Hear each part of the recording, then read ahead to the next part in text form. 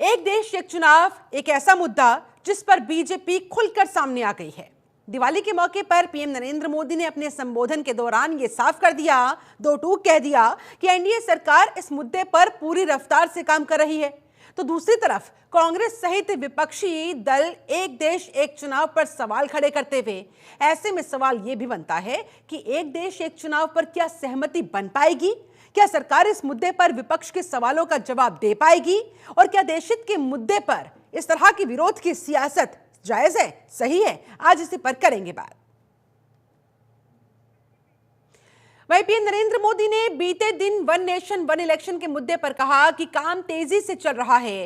वहीं कांग्रेस अध्यक्ष मल्लिकार्जुन खड़गे ने सवाल खड़े करते हुए कहा, यह अभी संभव नहीं है। देखिए जरा। हमारे इन प्रयासों के तहत ही अब हम वन नेशन वन इलेक्शन पर काम कर रहे हैं, जो भारत के लोकतंत्र को मजबूती देगा, जो भारत के संसाधनों का ऑप्टिमम आउटकम देगा और देश विकसित भारत के सपने को पार करने में और नई गति प्राप्त करेगा। Heard. That's why I referred here. What Modi tells, he won't do it because unless in Parliament it comes, he has to take everybody into confidence. Then only this will happen. But it is impossible. It is impossible. One nation, one election, impossible. Because several states, several problems, and regional parties are there. But simply he is telling everything which is not possible. When he can't give 2 crores employment, everybody which is in his hand, he won't do. He told 15 lakhs I will give everybody. Where is that money? He can't do. Whatever doable, whatever he can do, he is not doing it. But simply these things are telling just to fool the people. वहीं जनसुराज प्रमुख प्रशांत किशोर ने एक देश एक चुनाव का समर्थन किया। हालांकि उन्होंने सरकार की मंशा पर सवाल भी उठाए। प्रशांत किशोर ने कहा, एक देश एक चुनाव अगर सही नियत से किया जाए तो इसमें कोई गलती नहीं है। देश में आजादी के बाद एक देश एक चुनाव 1965 तक हुआ था और उनकी तरफ से क्या कहा गया, देखिए जरा। भाई, हमने पहले भी इस बात को कहा है कि वन नेशन वन पोल अगर सही नियत से किया जाए तो उसमें कोई गलती नहीं है। देश में आजादी के बाद वन नेशन वन पोल 1965 तक था, लेकिन अगर वो इस नियत से किया जा रहा है कि जब हमारी हवा है तो जल्दी से सारा इलेक्शन एक साथ करा लो और जब हवा नहीं है तो अलग अलग करा लो। एक और आप वन नेशन वन पोल की बात कर रहे हैं और दूसरी तरफ एक छोटे से राज्य झारखंड को 4 भाग में बांटकर चुनाव करा रहे हैं ताकि प्रचार करने के लिए आपके पास और समय मिले। तो ये दोनों बात साथ में नहीं चल सकती है। ये दिखाता है कि ये सिर्फ इस बात के लिए इसको तैयार किया जा रहा है कि अगर उनको लगे कि भाजपा की हवा बन गई तो एक ही बार पूरे देश में चुनाव करा ले। ये गलत नियत से किया जा रहा है, उस कंसेप्ट में कोई गलती नहीं है। तो इसी मुद्दे पर चर्चा करने के लिए हमारे साथ तमाम खास मेहमान इस समय जुड़ गए हैं। बीजेपी नेता देवेंद्र प्रमुख जी हमारे साथ उपस्थित है, बहुत स्वागत है आपका। कांग्रेस नेता हिमांशु कुमार जुड़ गए हैं, बहुत स्वागत है आपका। वरिष्ठ पत्रकार डॉक्टर इंदुकान दीक्षित भी हमारे साथ जुड़ चुके हैं, आपका भी बहुत बहुत स्वागत है। सबसे पहले चर्चा की शुरुआत देवेंद्र प्रमुख जी आपके साथ। मल्लिकार्जुन खड़गे साफ साफ कह रहे हैं, इट इज इम्पॉसिबल, ये असंभव है। कैसे इसे संभव करके दिखाइएगा? ऐसा लग रहा है कि आप लोगों ने तो एक देश एक चुनाव करने की ठान ली है, लेकिन विपक्ष कह रहा है ये करेंगे कैसे, विश्वास इतना जीतेंगे कैसे?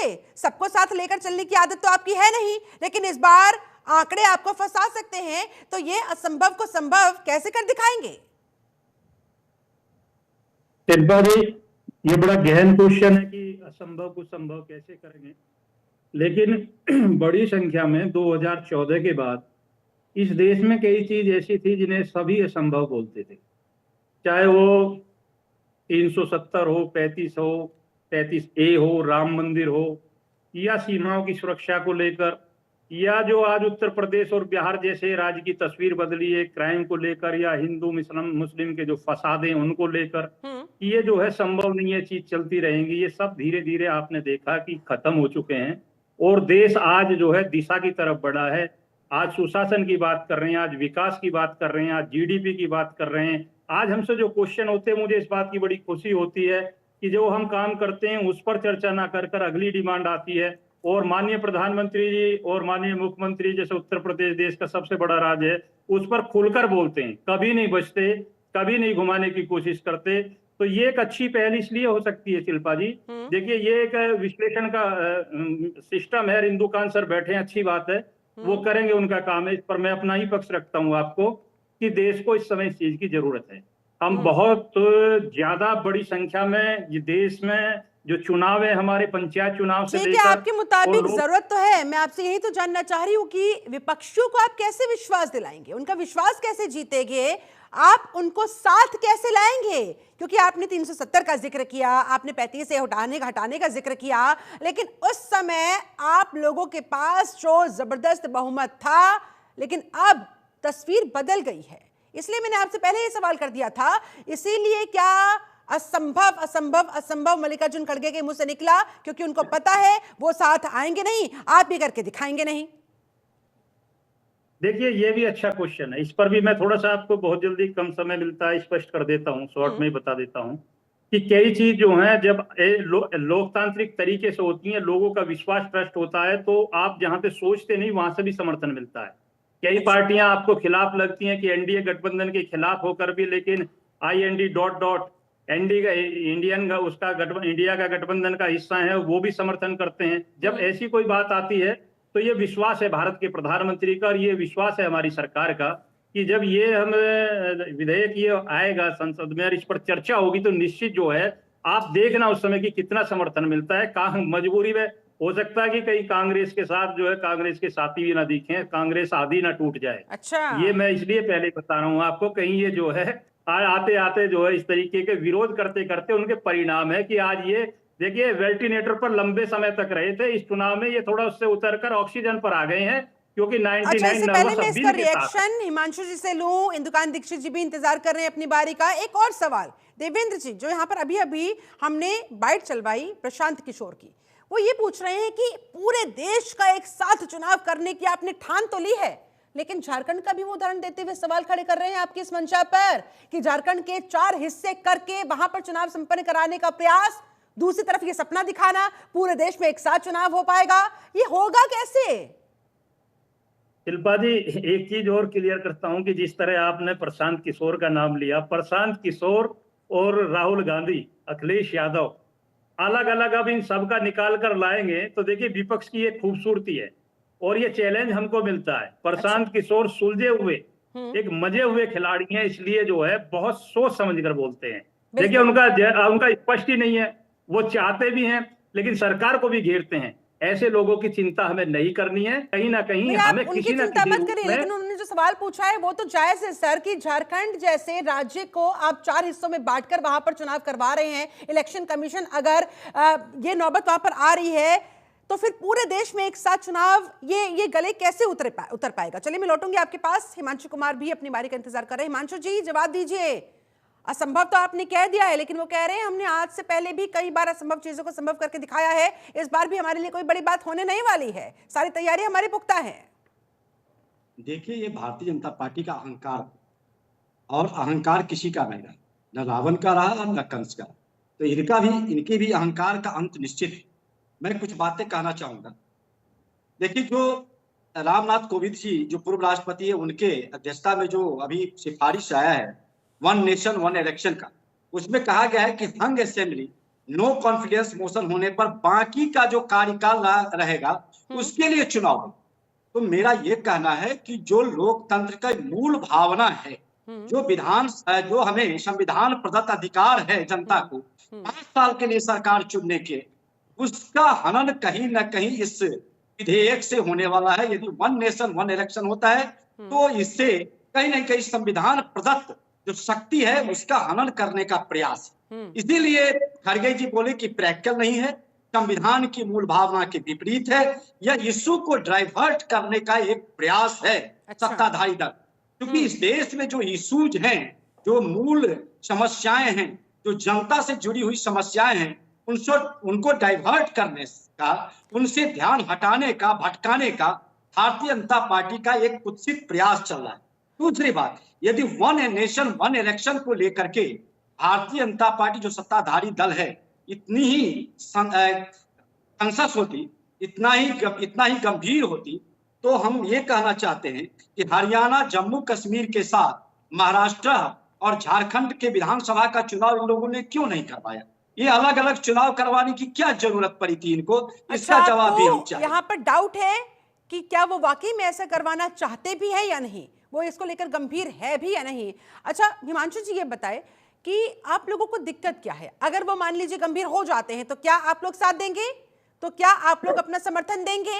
और ये सवाल इसलिए क्योंकि 1947 में देश के आजाद होने के बाद जब सारी की सारी व्यवस्थाएं बिखरी हुई पड़ी थी, तब से लेकर 1965 तक ये चीज ऑलरेडी हो चुकी है, one nation one election already हो चुका है, तो फिर अब ये असंभव कैसे हो गया?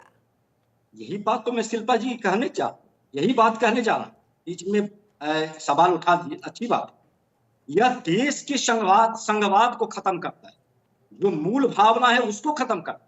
हम ही करें 1965 से पहले तो वन नेशन वन इलेक्शन लागू था, लोकसभा और विधानसभा का चुनाव साथ साथ होता था। फिर ऐसी कौन सी परिस्थिति आई जो 1965 के बाद लगातार, आप देखते होंगे किसी विधानसभा का चुनाव कभी होता है, कहीं लोकसभा, कई बार मध्यावधि चुनाव हुआ है लोकसभा में। तो मेरा ये कहना है, तो बताइए कांग्रेस की सरकार थी उस समय, तो बताइए क्या परेशानी पेश आई? बता दीजिए, देवेंद्र प्रमुख जी को बैठे हुए हैं, आगाह कर दीजिए कि देखिए ये समस्याएं आई थी, आप लोग भी चेत जाइए, आप लोग भी सावधान हो जाइए। यही बात है शिल्पा जी, यदि नो कॉन्फिडेंस मोशन या किसी कारण से सरकार गिरती है, अल्पमत में सरकार आती है, तो उस स्थिति में 5 वर्षों के लिए चुनाव होना चाहिए। इस संविधान की मूल भावना है और इसको ये लोग तोड़ना चाह रहे हैं। यही बात मैं शुरू में कहा था। अच्छा। यही परेशानी 1965 के बाद आया, जिस राज्य में विधानसभा हंग हुआ या नो कॉन्फिडेंस मोशन आया, वहां फिर से चुनाव कराया गया और वह जो है सो आगे 5 साल के लिए बढ़ गया। अब ये लोग कह रहे हैं नहीं, यदि 2 साल का कार्यकाल पूरा हो गया तो 3 साल के लिए ही चुनाव होगा, तो सिफारिश लेकर के भी आए हैं। तो ये कहीं ना कहीं तो संविधान की मूल भावना है, संविधान प्रदत्त जो शक्ति है यहाँ की जनता को, देश की जनता को, उसको खत्म करने का एक कुत्सित प्रयास है। इस देश में जो अभी इश्यूज हैं, जो युवाओं के लिए इश्यूज है, बेरोजगारी का इश्यूज है, महंगाई का इश्यूज है, संविधान के इस पूरे यंत्र को खत्म करने का आपका ये प्रयास है, इसके अलावा कुछ नहीं है, इसलिए आप तुले हुए हैं वन नेशन वन इलेक्शन पे। देखिए एक चीज और शिल्पा जी मैं क्लियर कर देता हूं, जिस तरह से हमारे मित्र जो बता रहे हैं वो आपने 65 तक का जिक्र किया है और वो सफाई दे रहे हैं कि इनका ये मकसद, गलती इनकी नहीं है क्योंकि इन लोगों ने ये काम किया था। और दूसरी बात मैं ये क्लियर करता हूं कि हम हिम्मत, आज भी हमारी सरकार जो है, ज्यादा प्रदेशों में हम हैं सरकार में और हमारा बहुमत ज्यादा है देश में। हमारी अभी उत्तर प्रदेश की सरकार में लंबा समय तक बचा है, चुनाव से बाद भी हमारे पास समय बचेगा। और उसके बाद जिस तरीके की और प्रदेशों में जो ताजे जहां हमारी सरकारें अब आई है कई राज्यों में, उनका तो लंबा समय, उनका तो 3 साल प्लस बचेगा। फिर भी हम इस काम को कर रहे हैं क्योंकि इसकी जरूरत देश को है, देश को आर्थिक रूप से, जीडीपी रूप से, और चुनाव में जितना धन खर्च। चलिए ठीक है, इसको मैं और गहराई से जानना चाहूंगी, समझना चाहूंगी डॉक्टर इंदुकान दीक्षित साहब से, वरिष्ठ पत्रकार है, कि क्या वाकई में देश को इस समय वन नेशन वन इलेक्शन की जरूरत है और क्या वाकई में एक देश एक चुनाव के मुद्दे पर सहमति बना पाएगी सरकार? क्या सरकार इस मुद्दे पर विपक्ष के सवालों का जवाब दे पाएगी? मल्लिकार्जुन खड़गे साफ साफ कह रहे हैं, इंदुकान दीक्षित जी, कि असंभव है। क्या इस असंभव कार्य को सरकार संभव बना पाने में सक्षम नजर आ रही है? जी नमस्कार शिल्पा जी। नमस्कार। हमारे को पैनलिस्ट देवेंद्र जी और हिमांशु जी को भी नमस्कार जी। देखिए, इस दुनिया में लोकतांत्रिक व्यवस्था में असंभव कुछ भी नहीं होता है और हमें अच्छा लगा देवेंद्र जी ने जो बातें कही, जो उदाहरण दिए, वो बताने के लिए साफ है कि अगर कोई लोकतांत्रिक ढंग से चुनी गई सरकार कोई चीज प्रण कर ले, तय कर ले, तो लोकतांत्रिक व्यवस्था के अंतर्गत उन चीजों को कर सकती है। दो बातें सिर्फ बताऊंगा, समय आपके पास चूंकि कम है। देखिए, एक तो महिला आरक्षण विधेयक की बात आप देख लीजिए, उसको लेकर के कैसे पिछले लगभग 3 दशक से लगातार सियासत हो रही थी। उसको लोग असंभव मानते थे।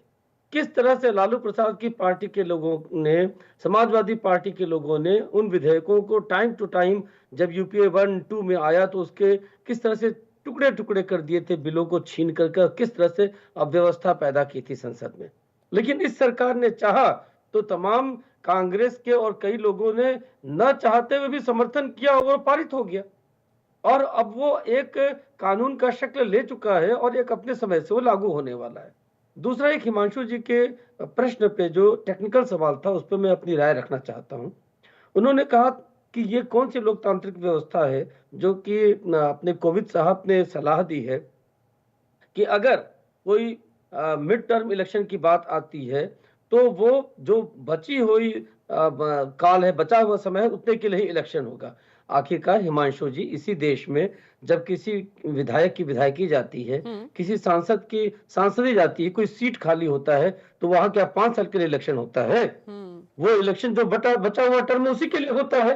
2 साल के लिए, 2.5 साल के लिए, 6 महीने के लिए भी इलेक्शन होते हैं। तब क्या वहां पे लोकतंत्र जिंदा रहता है? तो ये बातें देखिए, तर्क कुतर्क अगर आप करना चाहें तो हर चीज में कर सकते हैं। प्रशांत किशोर जी की बात से मैं सहमत हूं कि अगर नीयत साफ है और कोई करना चाहता है, और इसमें इंपॉर्टेंट ये है कि सभी जितने भी स्टेक होल्डर्स हैं उनको ऑन बोर्ड लेना चाहिए। ठीक है, इसमें बिल्कुल सहमत हूं। कि देखिए, कितना भी बहुमत हो, कितनी भी ताकत हो सरकार के पास, इन चीजों को, जो लोकतांत्रिक व्यवस्था है उसमें जोर जबरदस्ती से अपने केवल बहुमत की ताकत तो एक, लेकिन देखिए इसमें नियत में फर्क हमको विपक्ष में भी दिखता है। अच्छा। जब ये देखिए रामनाथ कोविंद का जो ये पैनल बना, उसका उस समय बहिष्कार कर दिया आपने, हम शामिल नहीं होंगे। अब आप बताइए कि अगर किसी व्यवस्था में आप शामिल होना चाहते हैं, अभी देखिए वक्फ बोर्ड के मामले में क्या हो रहा है, किस तरह की, मतलब हम इस शब्द को उपयोग नहीं करना चाहते हैं, लेकिन किस तरह की हरकतें उनकी बैठकों में की जा रही हैं। अगर वो पैनल बना है पार्लियामेंट्री कमेटी की, चीजों को तय करके उसको संसद के सामने पेश किया जाए और बहस हो और फिर बहुमत से वो चीज लागू हो। जवाब लेती हूं। लेकिन आप देखिए जी, अगर आप सरकार की नीयत पर, उनकी मंशा पर सवाल खड़े कर रहे हैं तो गिरेबान में जाकर देखिए, मंशा तो आप लोगों के खिलाफ नहीं है। शिल्पा जी, याद कीजिए किस तरह से चीफ जो हमारे मुख्य न्यायाधीश हैं सुप्रीम कोर्ट को, उनको हटाया गया था इलेक्शन कमीशन के चुनाव में। चीफ इलेक्शन कमीशन और इलेक्शन कमीशन के चुनाव में ये सबको मालूम है किस तरह से मात्र एक विपक्ष के नेता को रखा गया था और 2 सत्ताधारी दल के नेता थे। एक बात बताइए ना कि यदि ऑस्ट्रेलिया और इंडिया का मैच होता है और उसका अंपायर ही बेईमान हो जाए तो फिर मैच का निर्णय क्या होगा, ये तो सब जानता है। अच्छा। उसमें जाने की क्या आवश्यकता है? कैसे हम जाएंगे जब सरकार का नियत ही साफ नहीं हो? जो कमेटी बना उसमें बहुमत के साथ सत्ताधारी दल के लोग हों, तो हमारे जाने न जाने से, हमारे सवाल उठाने न उठाने से क्या फर्क पड़ता है? हमारे बंधु बोल रहे थे अभी, वरिष्ठ पत्रकार, मैं इनको कहना चाहूंगा, एमएलए चुनना एक अलग बात है और सरकार चुनना एक अलग बात है। 5 साल के लिए सरकार नहीं चुना जाना, 3 साल के लिए सरकार चुना जाना किस लोकतांत्रिक व्यवस्था का हिस्सा है? बताइए ना। सरकार चुना जाता है 5 वर्षों के लिए, सरकार कभी 2 वर्ष और 3 वर्ष के लिए नहीं चुना जाता। ये बात सबसे बड़ा इस देश में संघवाद के लिए खतरा है। ठीक है, और यही विपक्ष को चिंता सता रही है कि भाई ये क्या हो रहा है, इसीलिए इस देश के संवैधानिक ढांचे पर हमला इस एक देश एक चुनाव के जरिए विपक्ष बता रहा है। इंदुकान दीक्षित, देखिए शिल्पा जी, 2 साल के लिए हो रहा है इलेक्शन या 2.5 साल के लिए इलेक्शन हो रहा है। अमेरिका में तो 4 साल की पूरी व्यवस्था होती है, जम्मू कश्मीर में तो 6 साल की व्यवस्था थी। तो अगर कोई काम करना चाहता है और उसे कितना समय मिलता है तो काम कर सकता है। अदरवाइज आप देखिए कितने एमपीज हैं जो 5 साल में एक सवाल नहीं पूछते हैं। और मैं नाम नहीं लेना चाहूंगा, कई बड़ी पार्टियों के वरिष्ठ नेता हैं जो बिल्कुल इनएक्टिव रहे 5 साल में।